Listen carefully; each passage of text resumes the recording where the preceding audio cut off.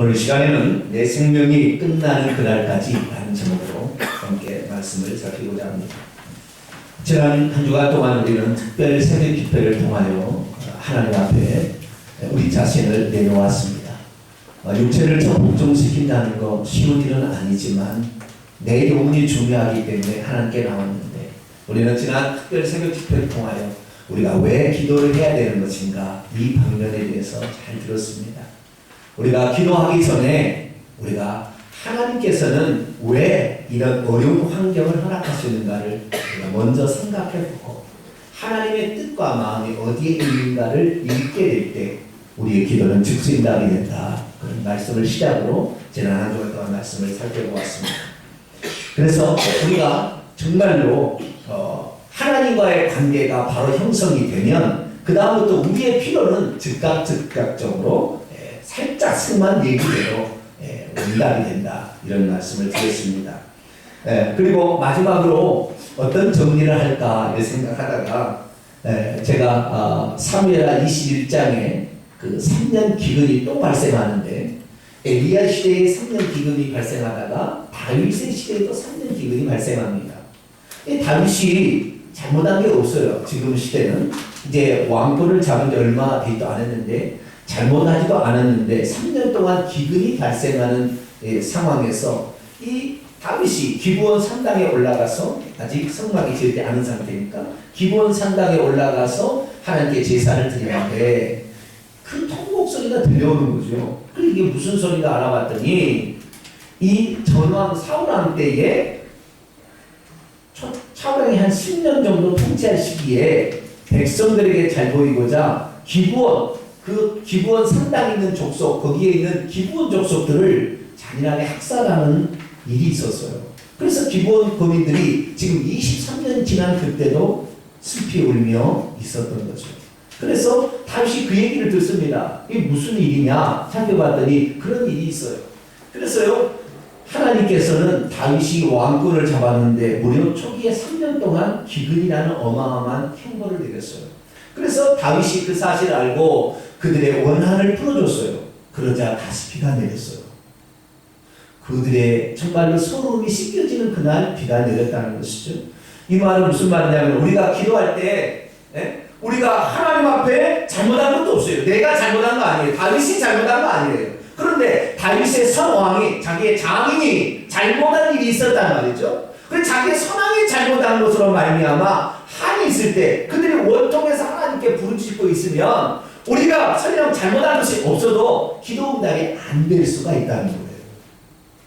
그래서 마태복음 5장 23절에도 너희가 만일 예물을 드리다가 형제에게 원망 들을 만한 일이 생각나거든 그 예물을 놔두고 빨리 가서 그 사람에게 먼저 용서를 빌고 화해하고 와서 예물을 드리라 라고 예수님이 얘기하셨어요. 이게 무슨 말입니까? 우리에게 원망 들을 만한 일이 있는 사람이 내 가족이나 내 형제나 내 위에 아래, 내 윗대에 있거나 아랫대에 있다고 한다면 그 일로 말미암아 오늘 내게 기근이 닥칠 수 있다는 거예요.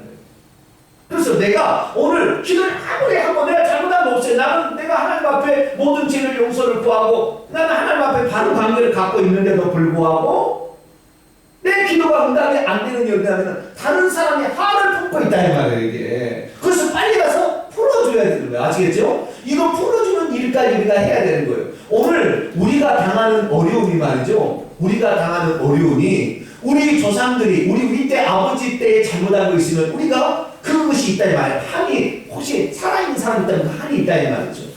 일본 사람 보세요. 요즘에 말이죠. 일본 사람은 이상해졌어요. 자신의 죄를 뉘우칠지를 몰라요. 위안부 문제를 가지고 그것은 검증해 봐야 된다. 고노 단어가 수많은 것이 자신의 과거가 잘못했다고 했는데도 지금 와가지고 오리발을 내밀고 무슨 그런 일이 있었느냐 이렇게 하면서 세계 나라를 이렇게 어지럽히잖아요. 일본은 패망에 갈 겁니다. 왜요? 자신의 잘못, 과거의 조상들, 실제로 지금 이 아베 총리가 잘못한 거 아니잖아요. 그들이 전쟁한 건 아니잖아요. 서장들이 했죠. 그들의 선조들이 했죠. 그러나 그들의 잘못을 인정을 했을 때 그 나라가 복된 나라가 되는 것이지, 그걸 인정하지 않으면 계속 후손을 망하게 돼요. 이 원자력 파괴돼서 이 일본 망하게 될 겁니다. 그러나 똑같이 전쟁을 일으켜서 세상 사람들은 참혹한 피해를 나게 했던 독일 사람들, 그들은요, 지금도 자기들이 잘못한 거 아니는데도, 지금도 자기의 선조들이 잘못했던 걸 큰 소리를 빌고 말이죠. 유태인 앞에 갔었는데, 우리가 잘못했다고. 자기가 잘못한 거 아닌데. 독일 총리가 가서 잘못했다고. 우리가 실수했다고. 우리가 정말 큰일을, 잘못을 저려. 이렇게 하니까, 지금 유럽 연합 가운데 말이죠. 수많은 나라들이 있는데, 24개 이렇게 연합이 되어 있는데요. 이 나라 가운데 가장 튼튼한 나라가 독일이에요. 왜요? 그들은 그들의 조상이 잘못된 것을 지금 가서 우리가 잘못했다. 변상을 다 해준다, 배상을 해주겠다고 다 이렇게 하니까 그러는 거잖아요. 그렇기 때문에 설령 나는 지금 옳게 살아도 내 아버지가 잘못한 거, 내 남편이, 내 자식이 잘못한 거, 이런 것이 생각나거든요. 그 원한을 풀어주세요. 할렐루야. 그렇게 되면 여러분에게 막힌 문제도 없이 여러분의 기도를 쫙 열리게 될 줄로 믿습니다. 이 말씀을 좀 진단하려고 했는데 이 말씀이 너무 짧아요. 그래서 주님 그 말씀 말고 그 말씀은 그냥 덤으로 좀 하고 다른 말씀 주세요. 했더니 하나님께서 이 말씀을 준비하라 해서 오늘 이 말씀을 들어갑니다. 우리의 인생의 마지막 종착역에 도착했을 때 후회 없는 인생을 살기 위해서 우리는 과연 어떤 삶을 살아야 될 것인가? 우리가 미래에 우리의 인생의 종착역에 도착했을 때에 우리의 입가에 미소가 지어지게 하려면 지금 현재 우리의 삶을 어떻게 살아야 될 것인가? 오늘 그 부분에 대해서 살펴보고자 합니다. 이번 주까지는 제가 프린트북을 준비했습니다. 프린트북 읽어가면서 말씀을 드려볼게요. 성도 여러분, 여러분은 어떤 인생을 살기를 원하십니까?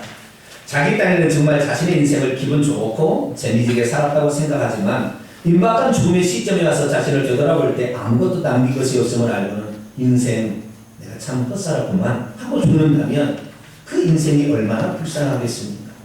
그나마 죽을 때 회개라도 하고 죽게 된다면 부끄러운 구원이라도 받을 수 있겠지만 죽을 무렵까지 하나님을 등지고 살다가 죽는 순간에 비로소 뭔가를 깨닫게 될 때 아니 이게 뭐지? 아니 이게 뭐야? 아니 분명히 방금 나는 죽었는데 왜 내가 죽지 않고 살아있는 거지? 지금 나는 어디로 가는 거야?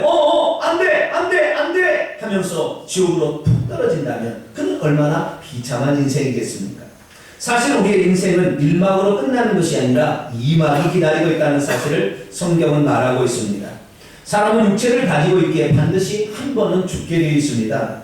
하지만 사람은 두 가지의 생명이 필요한 존재입니다. 하나는 내가 원하지는 않았어도 그래도 받은 생명이 한 가지요. 또 하나는 내가 취할 수도 있지만 외면할 수도 있는 생명입니다. 앞의 생명을 우리는 육체의 생명이라고 부르고 뒤의 생명을 영혼의 생명 혹은 영원한 생명이라고 부릅니다. 사실 우리 모두는 자신의 부모로부터 태어날 때 부모로부터 한 가지 생명을 받아 태어나는데 그것이 바로 육체의 생명이라는 것이죠. 하지만 사람은 또 하나의 생명을 더 가져야 합니다. 그래야 하나님께서 셋째 하늘에 마련해 주신 저 천국에서 영원히 살 수 있습니다. 왜냐하면 오직 인간만이 육체뿐만 아니라 영혼도 동시에 가지고 있기 때문입니다. 그러므로 사람은 육체의 생명이 있을 때 반드시 영혼의 생명을 취할 수 있어야 합니다. 그래서 어떤 사람은 사람이 두 가지 생명을 가져야 사는 영적 존재임을 깨닫고 육체의 생명을 가지고 있을 때 영혼의 생명을 취하여 영생의 세계로 들어가는 자가 있는가 하면 어떤 사람은 육체의 생명만이 자신의 모든 생명인 줄 알고 그 생명만을 위해 일평생 살다가 그만 죽는 순간 지옥 구덩이에 풍덩 떨어지고 마는 자도 있습니다. 이런 이야기를 하다 보면 간혹 이렇게 질문하는 일도 있죠. 사람이 죽으면 끝인데 그게 무슨 세계가 있는지 어떻게 안답니까? 죽어봐야 알지요. 그렇습니다. 그분은 죽어봐야 알 것입니다.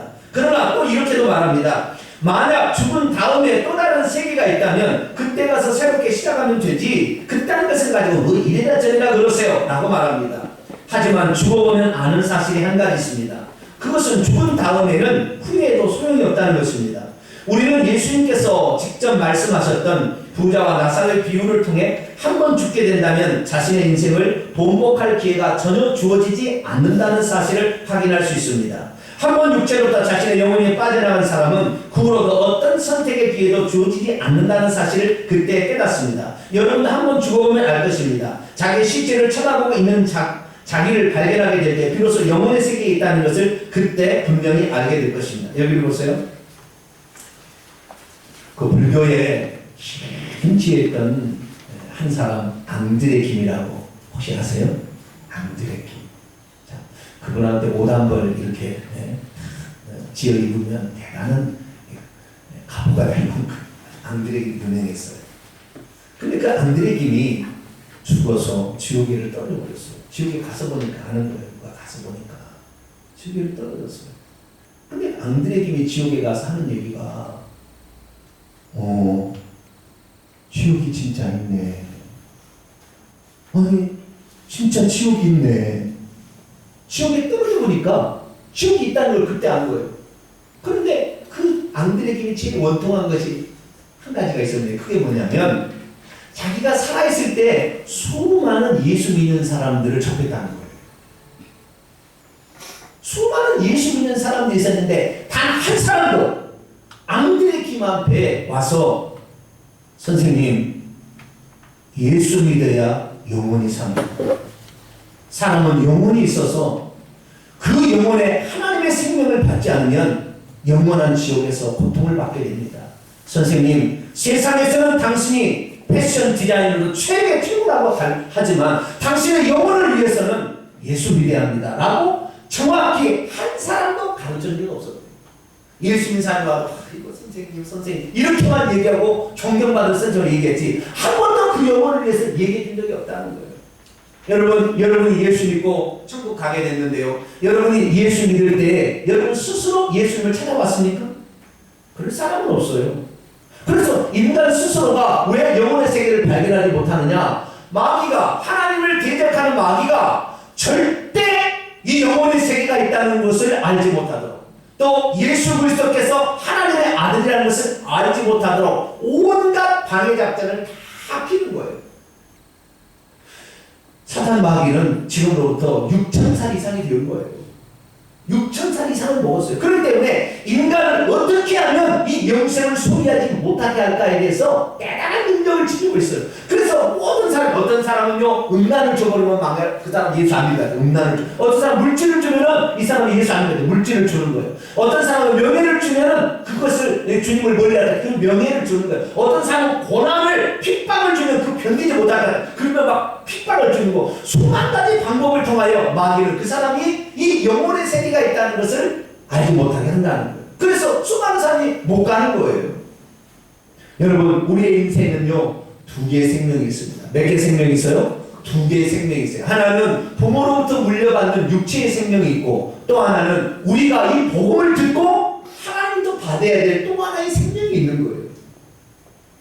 육체의 생명은 우리가 밥을 먹어야 살지만 이 영혼의 생명은 예수님의 말씀을 듣고 하나님의 성령을 받아서 하나님의 생명을 받아야 사는 생명이 있다는 것이죠.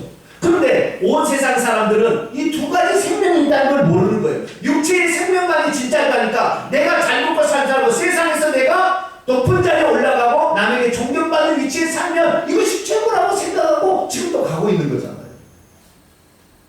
그런데 죽는 순간 또 다른 세계가 있다는 것을 그때 가야 아는 거예요. 어떤 사람은 그래요. 죽어봐야 한다. 그 사람은 죽어봐야 알아요. 죽어봐야 알아요. 그 사람은 뭐라고 얘기하고 있어요. 그런데 여러분은 무슨 은혜가 있길래 죽어봐야 알 세계를 보지도 않고 믿었으니 옆 사람 인사는 당신은 참 강심장이고 복받은 사람 시작. 당신은 참 강심장이고 복받은 사람. 어떻게 그걸 알았어요 여러분? 네? 아무도 안 했는데 말이죠. 저는요 제가요 예수 그리스도를 믿게 됐을 때 영적 5명의 스승이 제게 있어요. 근데 첫 번째 영적 스승이 누구냐? 첫 번째 영적 스승이 광주에 있는 사랑의 빛교회 이상관 목사님이라는 분이세요. 근데 그분은요 생김새가요 깡패예요. 얼마나 흠하게 생겼는지 나중에 사진 한번 보여줘요. 흠하게 생겼 키가 커요. 무서워. 무서워요. 근데 그분이 진짜 무서운 분이더라고 내가 보니까. 왜냐하면요 그분이 간증을 들어보니까 자기의 삶 속에서 무서운 사람이 존재하지 않았답니다. 어느 집단에 딱 가면 최고가 있다는 거예요. 그래 너 산으로 와라. 산으로 간대요.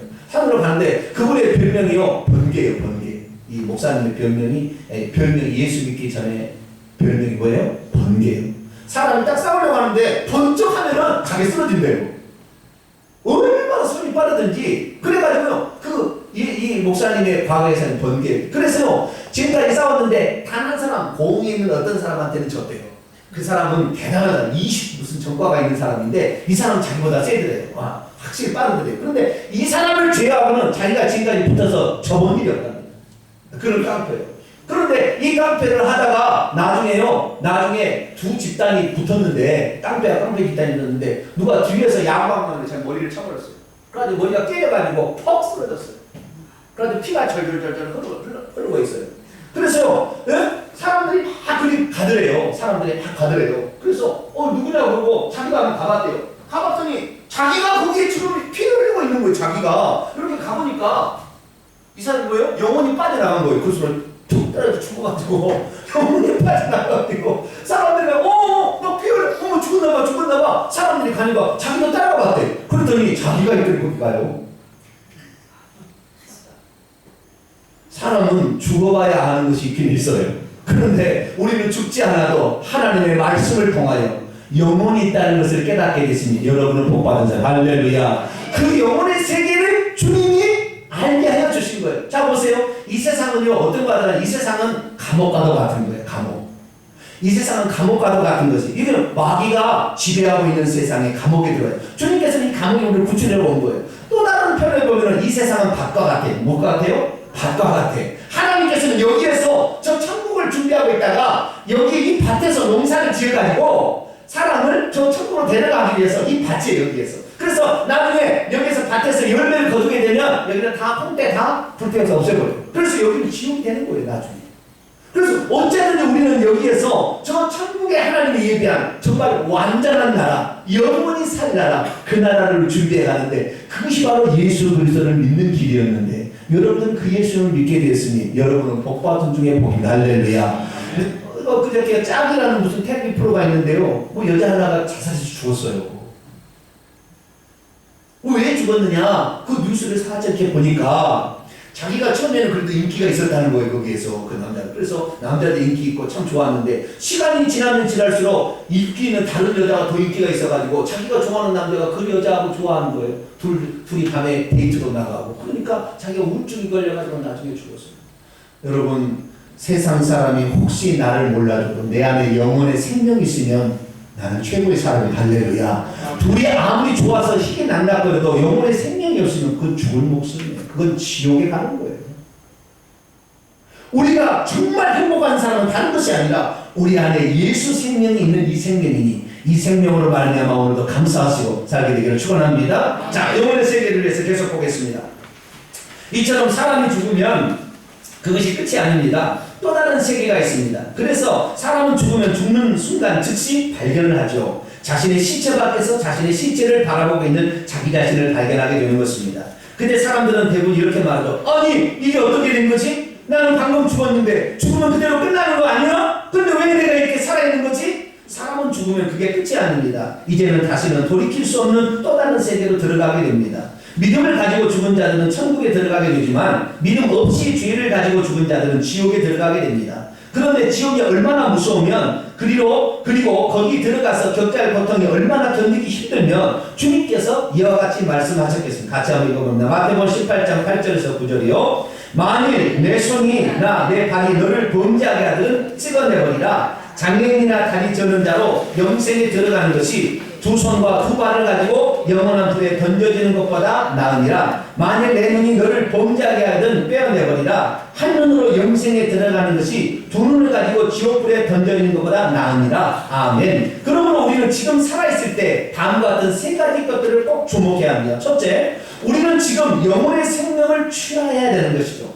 그렇다면 어떻게 해야 이 생명을 취할 수 있을까요? 이것을 얻는 방법은 오직 믿음입니다. 이것은 돈 주고 살 수 있는 것은 아닙니다. 하나님께서 그것을 우리에게 주시기 위해서 이미 값을 치렀습니다. 그 값은 창조주 하나님의 목숨이었습니다. 그러므로 그 값이 너무나 비싸게 하나님은 그저 선물로 그것을 우리에게 주십니다. 둘째, 한 번 가진 믿음을 끝까지 지킬 수 있어야 합니다. 아니, 한 번 취하여 얻은 생명을 절대 빼앗기지 않아야 합니다. 예전에는 한 번 믿음은 절대 빼앗기지 않는다고 그렇게 배웠습니다. 아닙니다. 믿음은 지켜야 하는 것입니다. 믿음을 갖는 것보다 믿음을 지키는 것이 더 힘듭니다. 사탄은 우리의 일평생 그 믿음을 버리도록 강요할 것입니다. 유혹할 것입니다. 아니면 핍박을 해서라도 우리에게 겁을 주어 포기할 것을 종용할 것입니다. 하지만 우리는 이 믿음을 포기해서는 아니 됩니다. 셋째, 자신이 가야만 하는 그 길을 끝까지 갈 수 있어야 합니다. 사도 바울은 자신이 가야만 하는 그 길을 사명의 길이라고 말했습니다. 사도 바울에도 그러한 길이 있었습니다. 사도행전 20장 24절이요. 내가 달려갈 길과 주 예수께 받은 사명 곧 하나님의 은혜의 복음을 증언하는 일을 마치려 하면은 나의 생명조차 조금 더 귀한 것으로 여기지 아니하노라. 아멘. 이것을 위해 우리도 때로는 심한 영적 전투를 벌여야 합니다. 금식하며 기도할 때도 있을 것입니다. 때로는 손해를 볼 때도 있을 것입니다. 이미 손에 쥐고 있는 것이지만 그것을 내려놓아야 할 때도 있을 것입니다. 하지만 그 길 끝에는 영생이 여러분을 기다리고 있습니다. 그 길 끝에는 빛나는 영광스러운 열관이 있습니다. 하늘에서 우리가 영원토록 받아 누리게 될 어마어마한 상급이 기다리고 있습니다. 우리가 통치할 나라가 있습니다. 왕권이 있습니다. 그리고 한 번 받은 것을 영원히 빼앗기지 않을 것입니다. 주님께서 우리의 것으로 영원히 그것을 주시기 때문입니다. 디모데후서 4장 7절과 8절이요. 나는 선한 싸움을 싸우고 나의 달려갈 길을 마치고 믿음을 지켰으니 이제후로는 나를 위하여 의의 멸관이 예비되었으므로 주고 의로우신 재판장이 그날에 내게 주실 것이며 내게만 아니라 주의 나타나심을 사모하는 모든 자에게 되니라. 아멘. 여기를 보세요.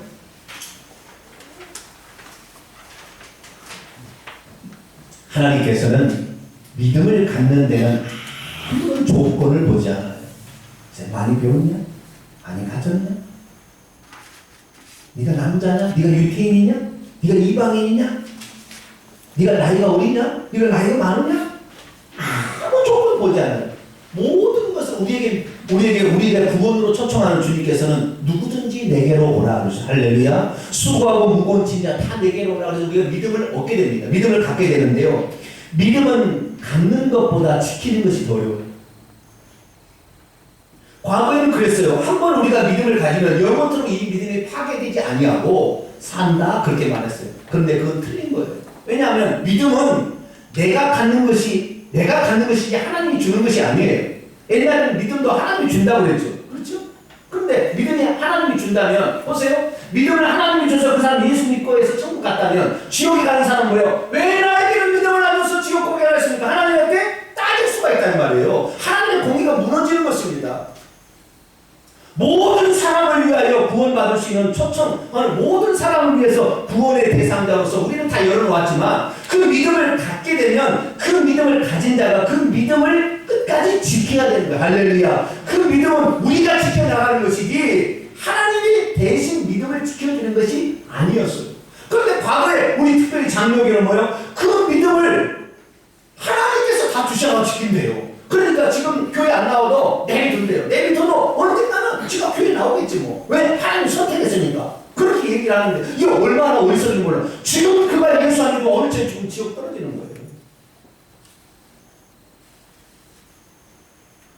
우리가 갖는 믿음은 하나님께서 대신해주는 믿음이 아니라 우리가 그 믿음을 끝까지 붙들어야 될 믿음인 겁니다. 할렐루야. 그 믿음을 붙들지 않으면 우리는 어느덧 가는 거예요. 자 보세요. 우리 장로교가 오늘 지옥에 떨어지는 가장 중요한 이유는 내 믿음을 하나님이 주셔서 할 거니까 나는 지금 타락하고 죄짓고 살아도 언젠가 하나님 믿음을 주셔가지고 내가 회개하고 천국 갈 거야. 요렇게 하다가 죽어서 지옥 가는 것이고요. 저 순복음교회는 어디서 지옥 가느냐? 거기는 예수님을 믿어도 우상 숭배하고 예를 들어서 제사를 지낼 때 십자가를 긋고 제사를 지내면 괜찮다 그러는데 제사를 지내면 지옥 가는 걸 왜? 하나님께만 예배를 드려야지. 죽은 자 이미 영혼은 천국 가고 지옥 가고 없는데 그 사람을 위해서 예배를 드리면 제사를 드리면 누가 와서 그 제사를 받는 거예요? 귀신이 와서 그 제사를 받는 거예요. 10계명 1계명과 200계명 읽어보세요. 나를 다른 신을 숭배하면 3, 4대까지 저주를 내고 지옥 보낸다고 했단 말이에요. 그렇기 때문에 예수 그리스도를 믿어도 우상 숭배의 죄를 계속 저지르고 있으면 우리는 지옥 가는 거예요. 우리가 예수 그리스도를 믿어도 추도 예배 드리고 장례 예배 들어가서 꽃을 바치면 누가 와서 그 경배를 받아요? 다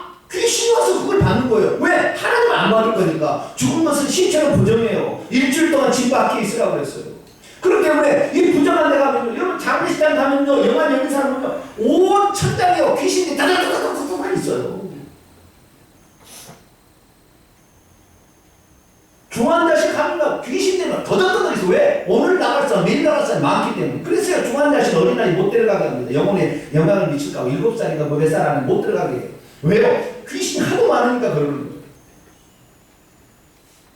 그래서 우리 자신을 정말로 이 믿음 가운데 우리가 살 때 이 영혼이 어디를 갈 것인지를 항상 준비해야 되는데 믿음을 끝까지 유지해야 되는데 이 믿음을 유지하기가 쉽지 않다는 거예요. 6,000살 이상 먹은 사탄 마귀가 온갖 방법을 통하여 우리의 믿음을 떨어뜨리기 위해서 자기는 지옥 가고 이 친구는 죄를 저지르는데 회개하고 천국 갈까봐 가지 못하도록 온갖 방법을 다 동원해서 하는 거예요. 여러분 믿음을 갖는 것이 쉽던가요? 믿음을 지키는 것이 쉽던가요? 믿음을 갖는 것은 쉽죠. 그럼 믿음을 지키는 것이 어려운가요? 믿음을 갖는 게 어려운가요? 믿음을 지키는 게 어려워요. 저는 군대를 갔는데요. 믿음을 지키려고 제가 군대를 갔는데 나를 이끌어 주옵소서. 그래서 군대를 갔어요. 군대를 쫙 갔는데 자대배지를 딱 받았네요. 그런데 그때부터요. 이 종교행사라는 걸 해요. 군대에서는 교회 가는 것을 종교행사를 해요. 그래서 종교행사를 갔어요. 종교행사를 갔는데 그 종교행사 갈 사람 나와 그러는 거예요. 예를 들어 수요일날 밤이었어요. 나와 그랬어요. 그런데 여러분 수요일날 종교행사 가야 돼요? 안 가야 돼요? 갈 수도 있고 안 갈 수도 있겠죠. 근데 나는 믿음을 지키기로 내가 결정을 했거든요. 그래서 나 종교행사 가르치며 손을 들었어요. 그랬더니 그 시간이 어떤 시간이냐? 그 시간이 미싱아웃 하는 시간입니다. 이 물을 바닥에다가 물을 쫙 뿌려가지고 수건으로 쫙 닦아내면 깨끗해져요. 아주 깨끗해. 미싱아웃 시간인지 총기 수입 시간이에요. 총기 구멍에다가 이 하얀 천을 넣고 기름을 넣어가지고 막 닦는 시간이에요. 그런데 내가 종교행사 간다고 나오니까 고참 눈이 멀어졌어요. 이 나오라는 거예요. 나갔더니요 분할을 내 가슴에다 얹어요. 그래가지고 흔들어요. 여시고 뭐 종교행사 가? 종교행사 가고 싶어? 저희 가슴에다가 분할을 넣고 뒤로 물러서 어디 움직여 그래가지고 흔들흔들 하는 거예요. 그러면 그때 어떻게 해야 되겠어요? 꼬리 내려요? 네? 정말 무섭단 말이에요. 속으로는. 네? 정말 무서웠어요. 와, 내가 여기서 과연 살아남을 수 있을까라는 생각이 들었어요. 그래도 내가 군대 가기 전에 하나님께 기도했거든. 하나님, 나는 군대 가서도 믿음을 지키겠습니다. 그리고 나는 반드시 군종병이 되겠습니다. 나를 군종병이 되게. 그런데 군종병은 뭐는 군종병이에요? 일방방 소총수로 들어갔지. 그래도 전에 그래가지고 했더니요. 형님은 그래가지고 저 혼자 닦았어요. 저 혼자 군대를 간 거예요. 아무도 예수님 사람 있었지만 아무도 안 가는 거예요. 갔다 왔더니 그날부터 1시부터 2시까지 무저장 창고로 들어가서 참나무로 패기 시작해서 제가 그래가지고 디스크 걸려버렸어요. 거참들이 서로 짜요. 그래서 세 사람 중에 세 시간을 불침번을 세야 되는데 한 사람이 3시간을 쓰고 두 사람이 데리고 나가서 패는 거예요. 근데 제가 해가지고 그때 맞은 것이 잘못 꼬리뼈를 맞아가지고 어느 날은 내가 정신이 없고 진짜 만화에 나오는 것처럼 별이 둥둥둥 떠다니더라고요. 별이 둥둥둥. 이것을 기절하는 거구나. 그랬더니 저를 들어다가 이 찬물을 얼음 있는 물속에다가 그 개천에다 던져버렸어요. 그런데 내가 살아나가지고 또 나오고. 이렇게 군생활을 하니까 하나님께서 이러다가 이놈 살겠네 죽겠네? 죽겠으니까 2개월 만에 저를 끌어가지고 대대 군정병을 시켜. 할렐루야. 하나님이 군정병을 억지로 시켜버렸다니까. 왜? 그럼 틀림없이 저는 믿음 지키다가 죽을 것 같거든. 여러분, 내가 예수 믿다가 혹시 굶어 죽을 것 같으면 굶어 죽으세요. 굶어 죽어요. 굶어 죽는다 하면 하나님께서 또 겁설래. 아이고 이러면 정말 죽을 놈이야. 아이고 죽으면 안 돼. 너 같은 놈을 내가 쓰려고 지금까지 준비했는데 내가 너를 죽게 하겠어? 하나님은요. 자네는 2개월 만에 이 일방방 소총선을 맞죠. 대대 군종병이 돼가지고 제가 사단의 대표로 나가고 연대 군종병 하다 제대를 했습니다. 왜? 그때 믿음을 지켰더니 할렐루야. 믿음을 지키는 거예요. 겁지나요? 모전장 장고 들어가면 얼마나 초조한지 아세요? 벽에다가 대놓고 주먹으로 그 가슴을 치는데요. 말할 수 없는 고통이 와요. 그들이 이 나를 필 때 무서운 것은 이 담배를 필 때 담배를 피는 쥐의 손도 덜덜 들고 있어요. 이들이 어떡할까 이 시간에 나를 어떡할까라고 생각했을 때 정말 오금이 저리는 그런 마음이 들어요. 그래도 주의 주님, 내가 신앙 지킨다고 내가 군대에 왔는데 내 신앙을 나는 여기서 포기할 수 없어. 다른 것은 내가 다 해도 제가 사단에서 대표로 훈련병 때 최고를 잘해가지고 내가 사단장의 표창을 받아서 압수하고 일주일 포상휴가 받는 사람이에요. 모든 실력이 최고로 뛰어난 사람이라는 말이에요. 그렇지만 예수 믿는 그 하나 때문에 고참들이 그렇게 괴롭히고 그렇게 힘들게 해서도 나 믿음 지킨다고 했더니 하나님께서 건져내는 거. 할렐루야. 여러분, 믿음 지키려고 결단하시면 하나님께서는 잘해야지. 2개월 만에 아무런 제가 무슨 신학을 했으니 뭐 했습니까? 신학을 하지도 않았어도 신학한 모든 많은 군정병을 할 사람 그런 사람도 있어. 다 안 시키고 너 정상되고 너가 이 연대에 와서 해야 되겠어. 그런 책가가 가지고 제가 그때부터 설계했다는 거 아니에요. 여러분, 믿음을 지킬 수 있기를 축원합니다. 결코 쉬운 일은 아니에요. 그러나 여러분이 나의 달려갈 길을 갈 때 믿음을 지키려고 할 때 하나님은 나중에 여러분을 건져버려요. 왜? 거기 있으면 죽을 것 같거든. 그러니까 안 되니까 하나님이 건져버리는 거예요. 여러분도 그런 믿음의 사람이 되어서 인정받는 믿음을 갖게 되기를 축원합니다. 결론입니다. 그렇다면 사도 바울은 우리가 받아 누릴 그 영광을 얻기 위해 모든 사람에게 무엇하라고 권면하고 있습니까? 첫째, 하나님의 말씀을 전파라라고 말합니다. 우리는 생명의 말씀을 전해야 합니다. 전할 때는 4가지 방법을 사용할 수 있습니다. 하나는 때를 어떤 기보든지 항상 힘쓰는 것이고, 두 번째는 하나님 말씀만이 진리고 생명인 것을 성령의 나타남과 능력으로 드러내는 것입니다. 세 번째는 그 복음을 거절하고 외면하는 자들에게 꾸짖는 일까지도 하는 것입니다. 그리고 마지막으로는 끝까지 그를 권면하는 것입니다. 둘째, 온전치 못한 가르침을 멀리하라는 것입니다. 말세가 되면 온전한 가르침을 따르지 않으며 귀가 가려워서 자기의 사욕을 채울 스승만을 찾아다닐 거라고 사도 바울이 본문에 말했습니다. 그러므로 이제는 내 가려운 귀만 긁어줄 목자만을 찾아다니지 말고 지금은 비록 아프더라도 올바른 길을 제시하며 때로는 책망하는 주의 종을 가까이 하시기를 축원합니다. 셋째, 어떤 상황에서도 결코 방심하지 말라는 것이고요. 고난까지 온달지라도 달겨받으며 전진하라 하였습니다. 영혼이 느슨해지면 안 됩니다. 어떤 일을 성취했더라도 그것 때문에 방심해서는 결코 아니 됩니다. 날마다 허리띠를 졸라매시기를 바랍니다. 그리고 위에서 부르신 부름의 상을 향하여 날마다 달려가시기를 바랍니다. 빌립보서 3장 12절이요.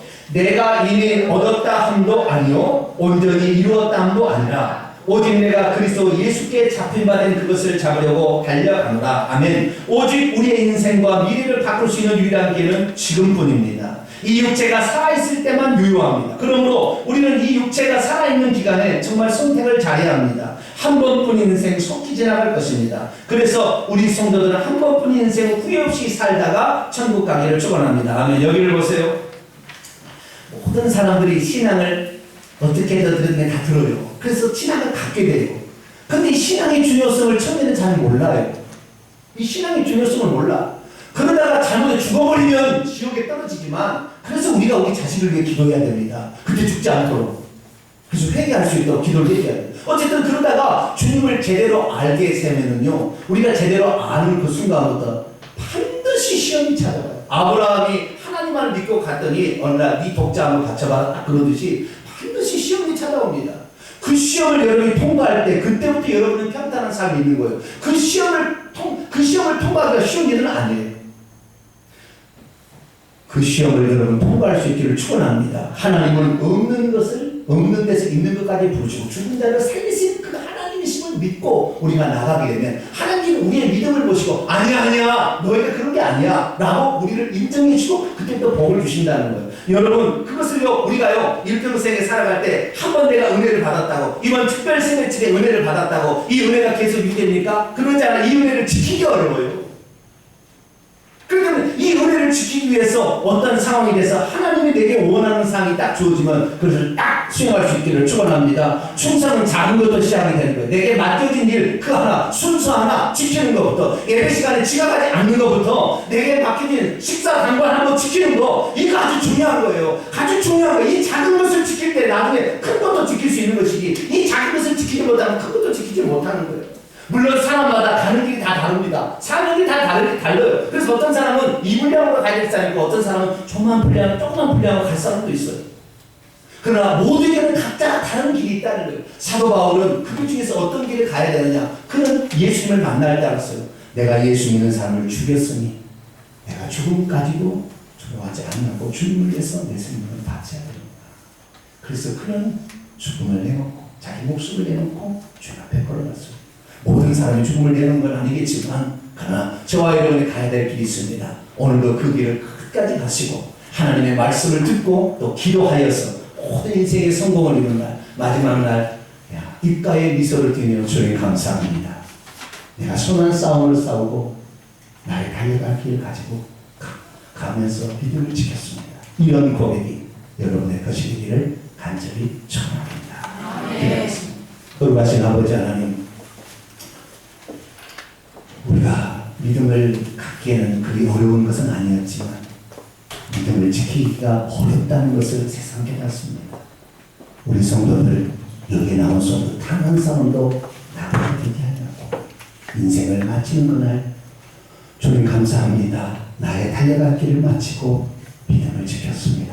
이런 고백이 우리 성도들의 고백이 되게 하여 주시옵소서. 우리 주 예수 그리스도의 이름으로 기도하옵나이다. 아멘.